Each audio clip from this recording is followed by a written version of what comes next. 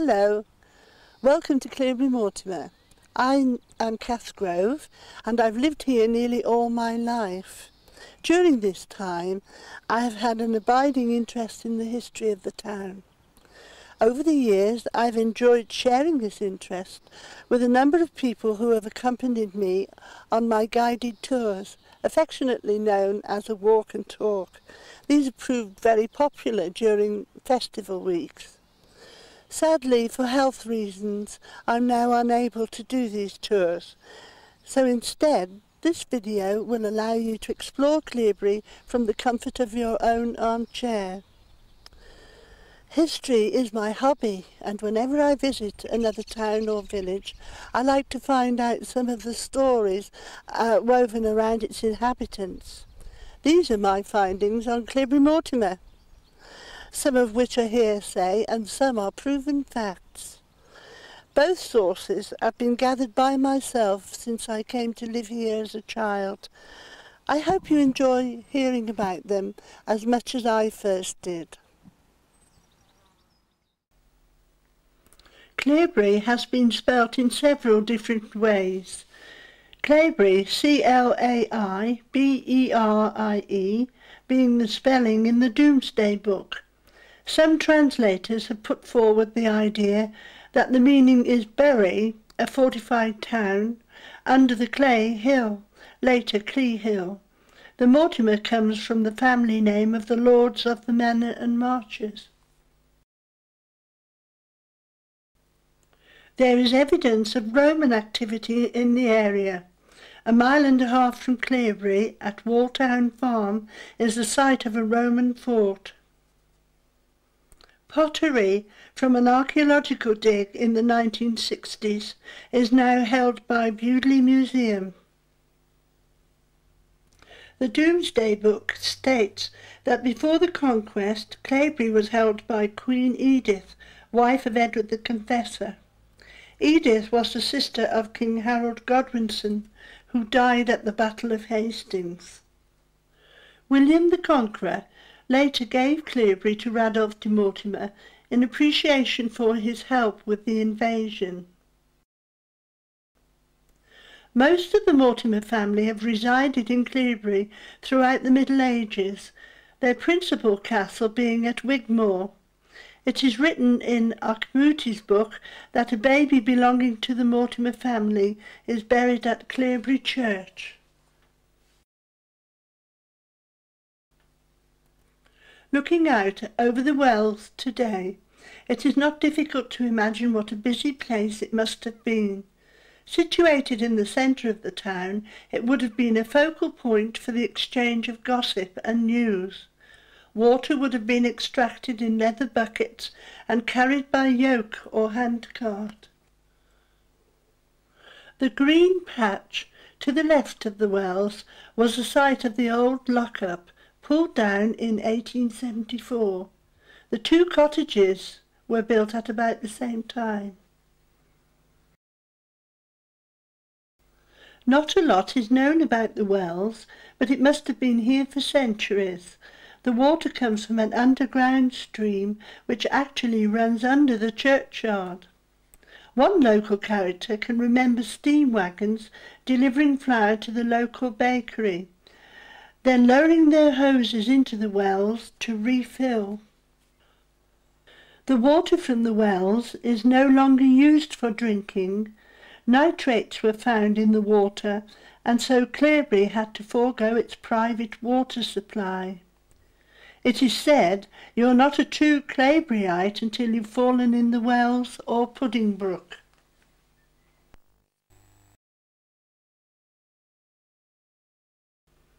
We are now looking up Lion Lane, with the cider house on our right. This was the main road out of Cleobury to Worcester and Kidderminster until 1790, when Telford, Shropshire's county surveyor, supervised the building of a new road over the River Ree. The bridge over the river is still referred to as the New Bridge. Traffic followed this old road, passing through Pinkham and onto the mill, where travellers forded the river and emerged in the area known locally as Cherry Orchard near to Morley. We are now standing on Clavers or Carver's Hill, looking up towards the church. It is interesting to note that the area to the right of Lion Lane is referred to on old maps as the Green, probably the village green. As we gaze over this tranquil scene, we should remember that a terrible battle was fought here in 1056. 11 weeks after his appointment of Bishop of Hereford, Leofgar, chaplain to Harold Godwin, was killed here fighting the Welsh. It must have been a very fierce battle, as it was said that the little stream at the foot of the hill ran red with blood. The shop at the right-hand side of Lion Lane was in the early part of the 19th century a grocer's and post office. A Mr. Jeffreys was the postmaster, and the mail coach was housed behind the King's Arms.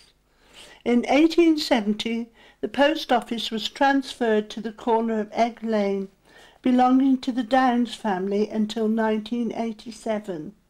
It has now been transferred to the building vacated by the Midland Bank. The chemist's shop. A plaque on the wall of this splendid Queen Anne house reads, "Built by John Foxhall in the year of our coronation, 1702.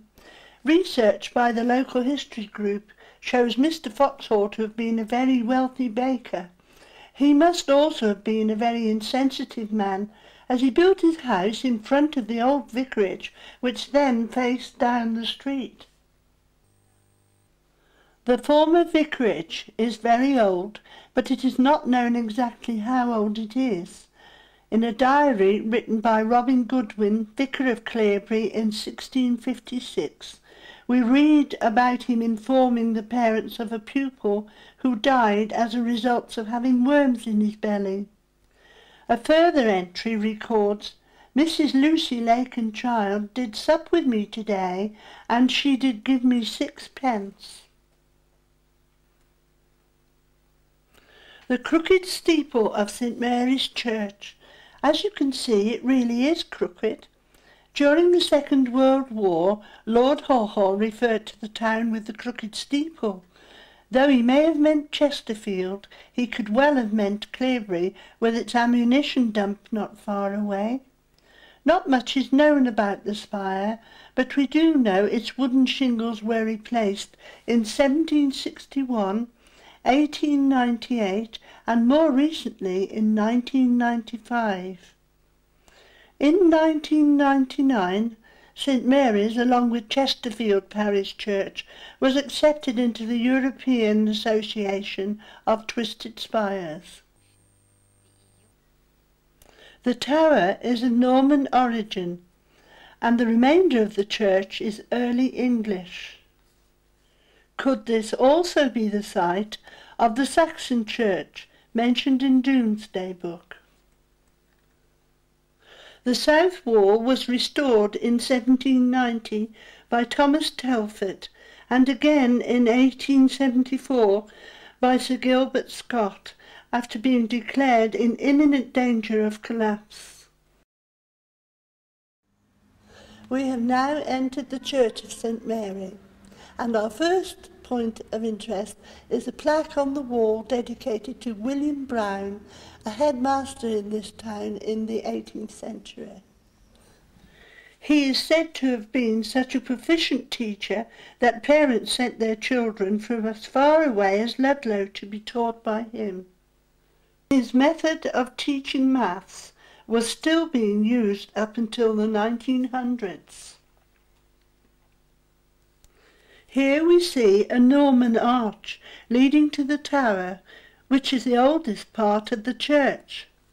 At either side of the arch are 2 ledges, remnants of seating where the old and infirm sat, hence the expression, backs to the wall. The squint, a rare find, on what was originally the outside wall. Its purpose was to separate the contagious people from the congregation. Often used as an alibi by people late for Mass, they from outside could claim they had watched the host, bread and wine, elevated, thus avoiding a fine for non-attendance. The east window is dedicated to William Langland, the 14th century poet who wrote The Vision of Piers Plowman, reflecting the life of a humble peasant at that time. Some scholars argue that Langland was born at Malvern and has no connection with Cleobury, but some years ago a visiting lecturer, John Corbett, conducted extensive research into the subject. Referring to material obtained from the monastic archives in Dublin, he affirmed Langland to have been born in Kinlet, the son of Stacey de Rackley, and educated at the Woodhouse Priory 2 miles away. Cleobury Mortimer, said John Corbett, can be justifiably proud of its poet. The Chantry Chapel, dedicated to St Nicholas and endowed by Roger Mortimer. It is worth noting that the Cleobury vicars hold a unique position, that of lay deacon, a title included with the chaplaincy of the Chantry Chapel. As the Crown now administers Roger Mortimer's endowment, it is they who offer the position to the vicar. The consecration communion table, 15th century. It originally had 5 cut-out crosses representing the 5 wounds of Christ's hand, feet and side. The crosses have been removed and filled in according to the religion of the era, Catholic or Protestant. It was carried round the church on rods.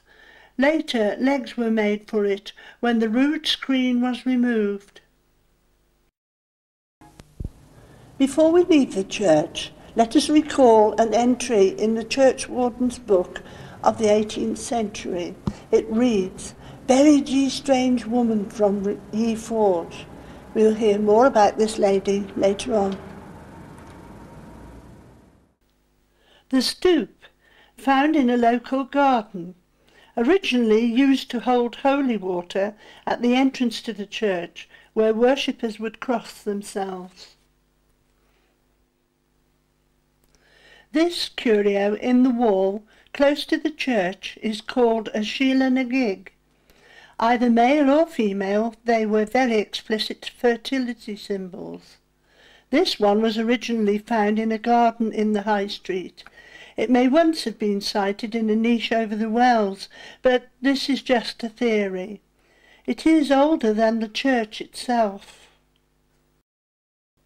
The Assembly Rooms, built as a market hall in around 1842 on land donated by Sir William Lakenchild.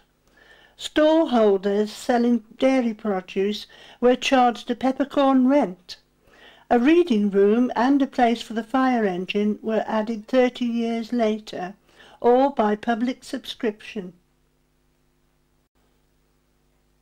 A tablet on the wall, devoted to the memory of those who died in the Boer War. One, Captain Trow, lived in the large manor house situated further up the street. A horse trough and drinking fountain near to the Talbot Hotel are also dedicated to him. In the 13th century, Cleobury was granted an annual hiring fair, which took place on the 3rd of May each year, near to the Assembly Rooms. One elderly resident can remember swing boats going so high he thought they would crash through the vicarage window. On market days, punishment in the form of public floggings would take place here. During restoration work on this building in 1983, 3 letters and a silver spoon were discovered, hidden in a secret compartment of a cupboard. One letter gave a factual account of the Battle of Culloden, and another described bonny Prince Charlie's landing. They had remained hidden for over 200 years. In the High Street, close to the water trough already mentioned, are the remains of an old stone cross. Some say it is the market cross, whilst others believe it to be the mourning cross where Prince Arthur's coffin rested on its journey to Worcester. Arthur, the elder brother of Henry VIII, was staying at Ludlow Castle after honeymooning with his wife Catherine of Aragon at Tickenall Manor, Bewdley. He died at Ludlow at the age of 16. Vincent Waite, in his book Shropshire Hill Country, writes, "One bitterly cold and rainy day in April 1502, the inhabitants of Cleobury Mortimer witnessed an historical event when the funeral procession accompanying the body of the young Prince Arthur from Ludlow to Worcester stopped here to rest." And from a contemporary writer we have this vivid account. First came the bishops and other gentlemen, then Griffith ap Rice with the prince's banner on a horse trapped in black, then the chair with 6 horses covered with black velvet cloth with escutcheons of gold. All the mourners followed with hoods over their heads, and noblemen by the chair and horses, also 120 torches, all of which were put out, save 24, when the town was passed. It was the foulest, cold, windy, and rainy day, and the worst way I have seen. Yea, and in some places they were fain to take oxen to draw the chair, so ill was the way. The facades of the houses and shops in the High Street often belie their true antiquity. Many larger houses took on the names of towns and cities, such as Birmingham, London, Beaconsfield, and Bristol. The Manor House, originally known as Cook's House, Upper Street, was altered and extended about 1760 after the style of William and Mary, then became known as the Manor House, not necessarily the site of the Manor House, that is unknown.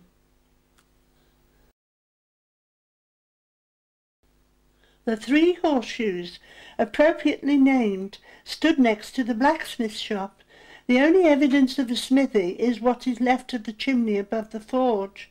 Many older members of the community can still recall feeling the heat of the fire with the warm glow and smell of burning hoof.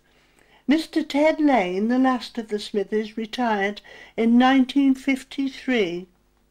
He was also the first patient to be transported in the first Kidderminster ambulance bought in 1928 for £600. Cleobury must have had nearly as many public houses as private at one time. Near to the 3 horseshoes used to be the Fox, Sun, Crown, and the Plough Inns.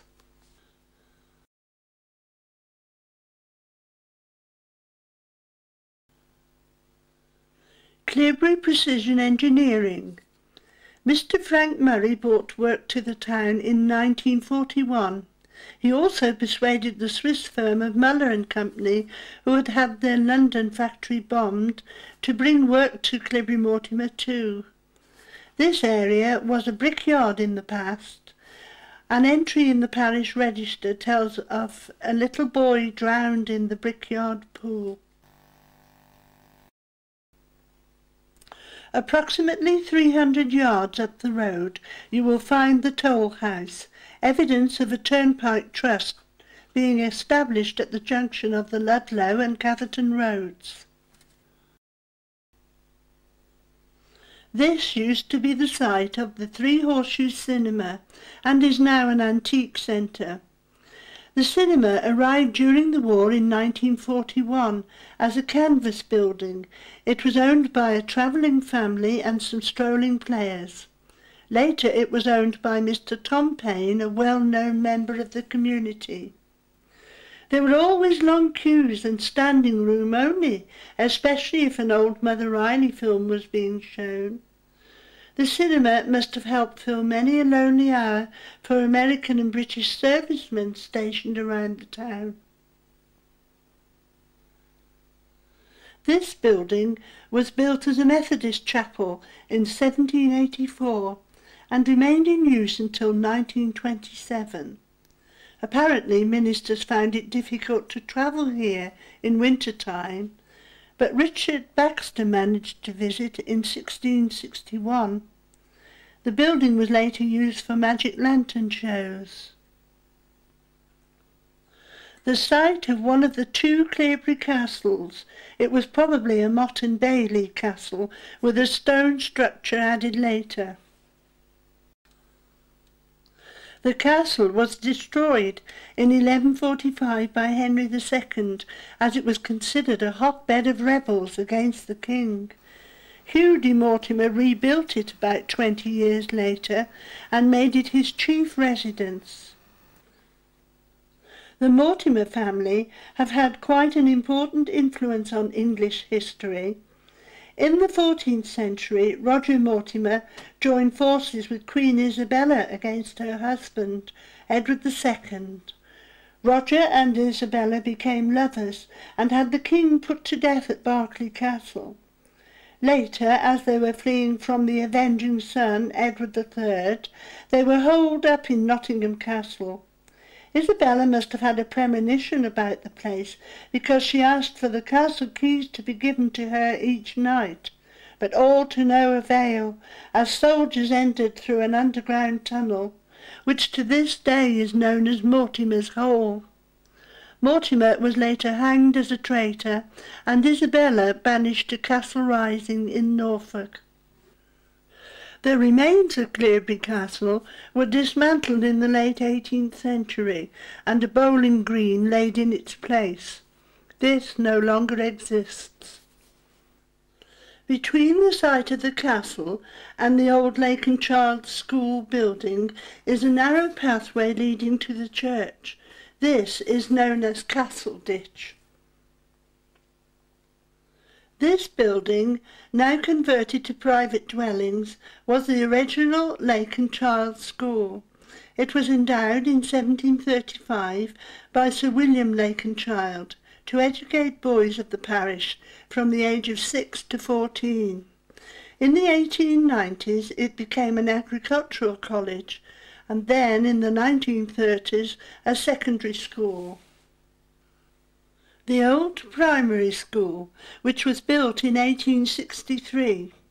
In 1867, a Reverend Banner reported great improvements, but the infants' room being too full, the children, he said, should be drilled or marched to keep them from flagging.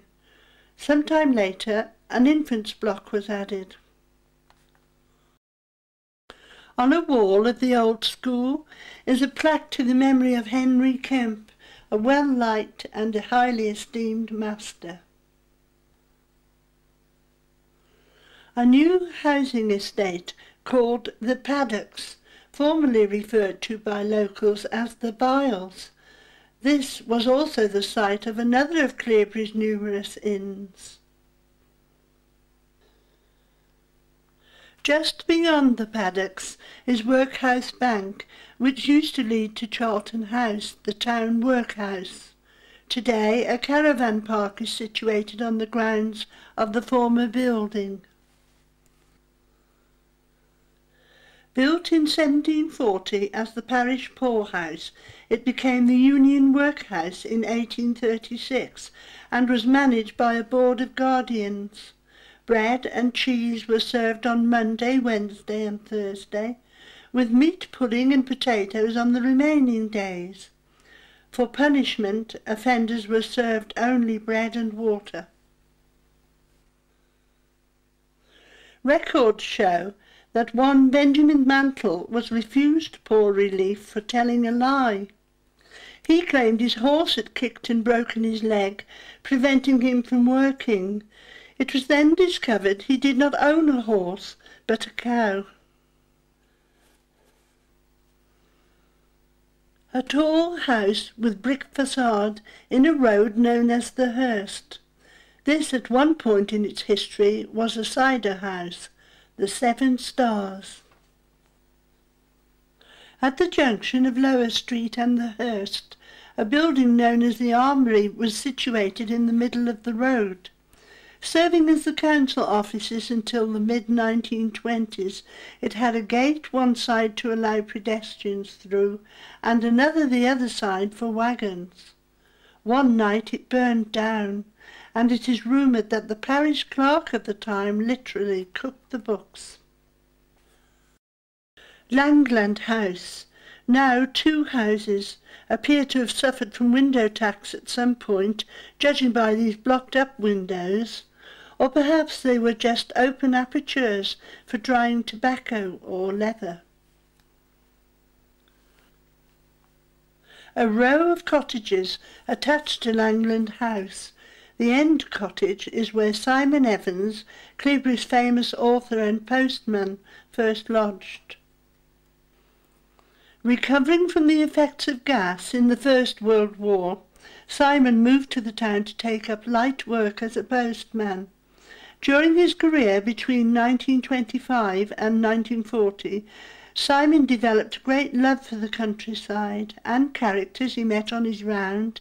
His great affection was clearly evident in his fluent penmanship and his radio broadcasts. He married Doris Aldridge, Auntie Doris from the Children's Hour, and they lived in the large brick house next to the bowling green in Ronhill.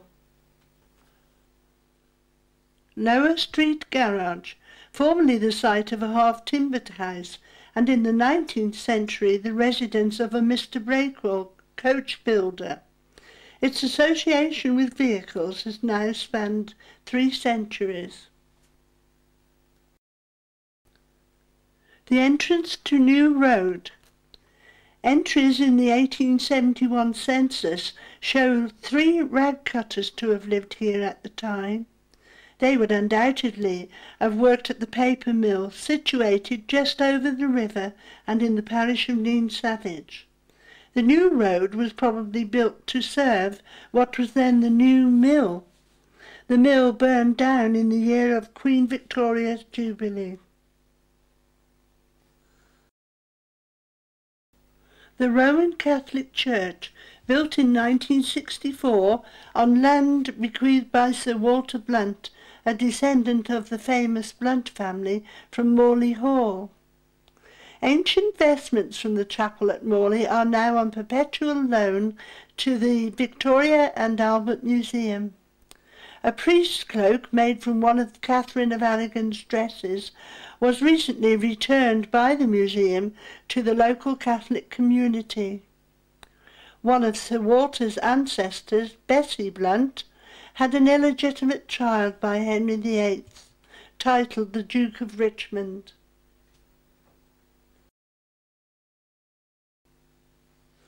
This large stone house, with attendant cottages, was originally Miss Johnston's school for girls.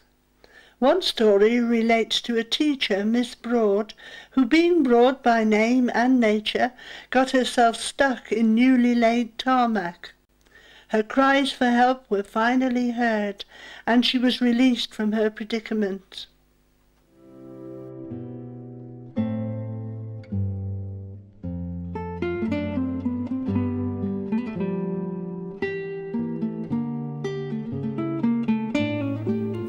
Morley Hall, a large red brick structure built in 1736 to replace a former house burned down by the Roundheads.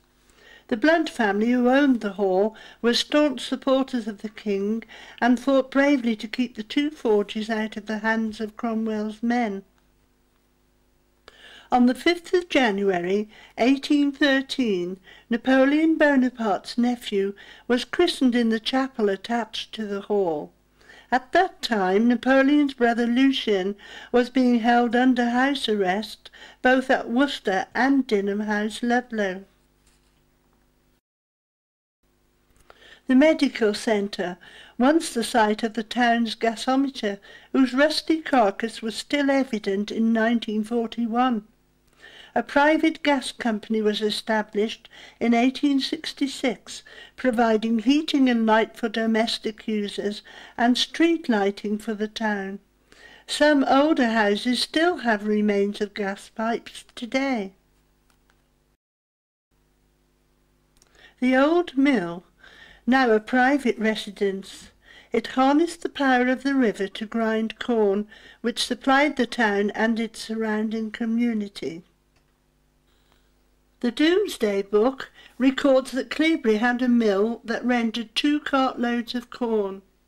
Given its position on the river and its proximity to the town, it is quite likely that this is the site of the original mill.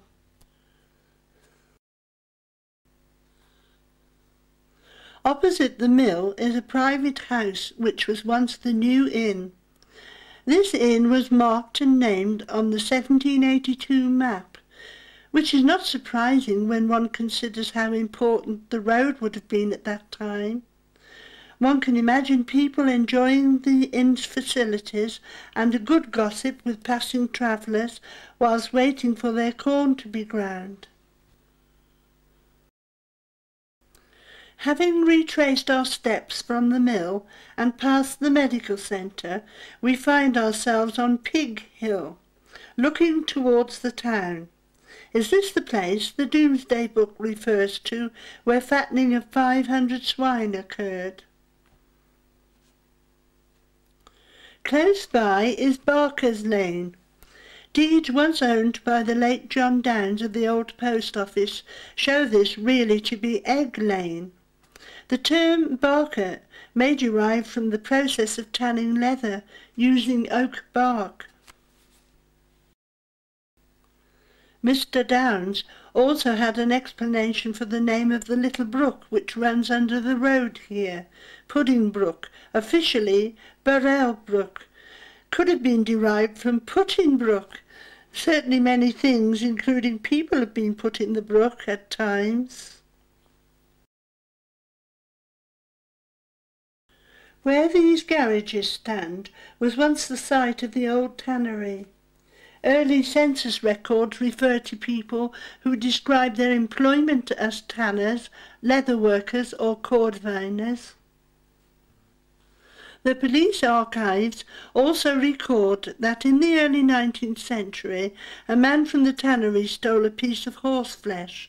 The meat being found upon his person, he was instantly dismissed, and his fellow workers, who were outraged, proceeded to cause a riot, locking up the management. The dragoons were sent for from Kidderminster, and the riot was quelled.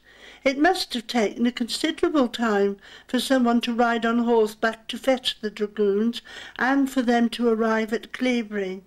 Unfortunately, the outcome of the event is not known.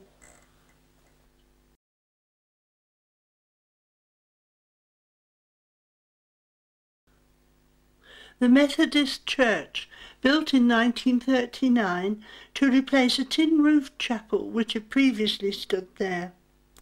Later the congregation worked together to build a meeting hall for Sunday school use, and this is situated at the back of the chapel.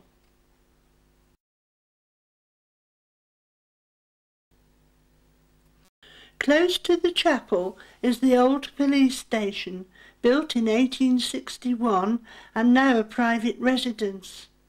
Adjoining this was a courtroom and 3 lock-up cells. It was in use until 1988 as a court, registry office and library. Today it is used only as a library, with this being under threat of closure.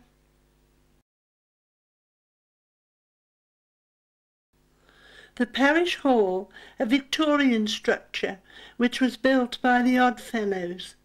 It is currently used for many of the town's activities, including playgroup and other social functions. The weather vane appears to depict a hod carrier, the kind used for carrying bricks. Well, Are all our questions answered? Not quite.